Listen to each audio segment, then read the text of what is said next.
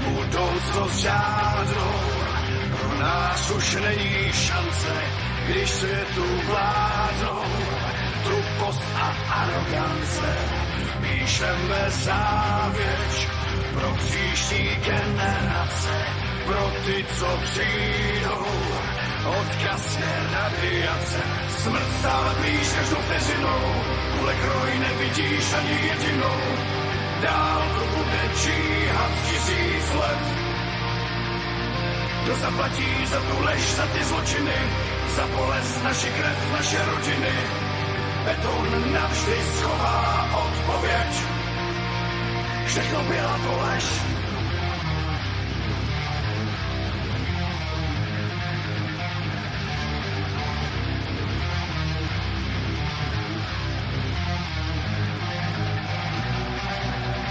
Pro kariéru, za všechny naše činy, cena je velká, zaplatí někdo jiný. Cena je velká, mnohem víc, než jsme chtěli, co způsobíme, tenkrát jsme nevěděli. Smrt stále blíž každou vteřinou, kvůli kroj nevidíš ani jedinou. Dálku bude číhat 1000 let.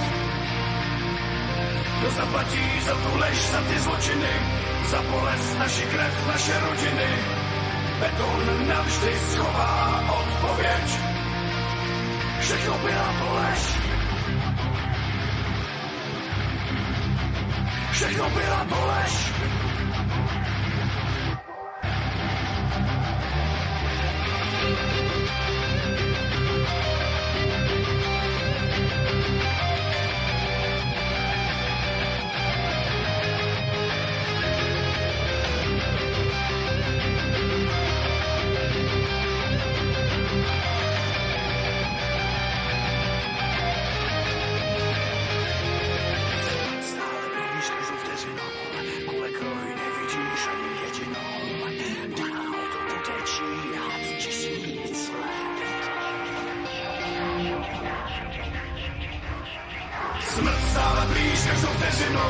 Kvůli kroj nevidíš ani jedinou.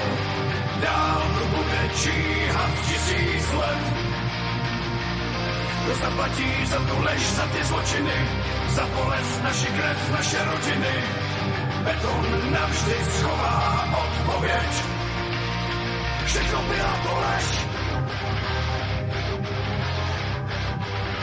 Všechno byla to lež.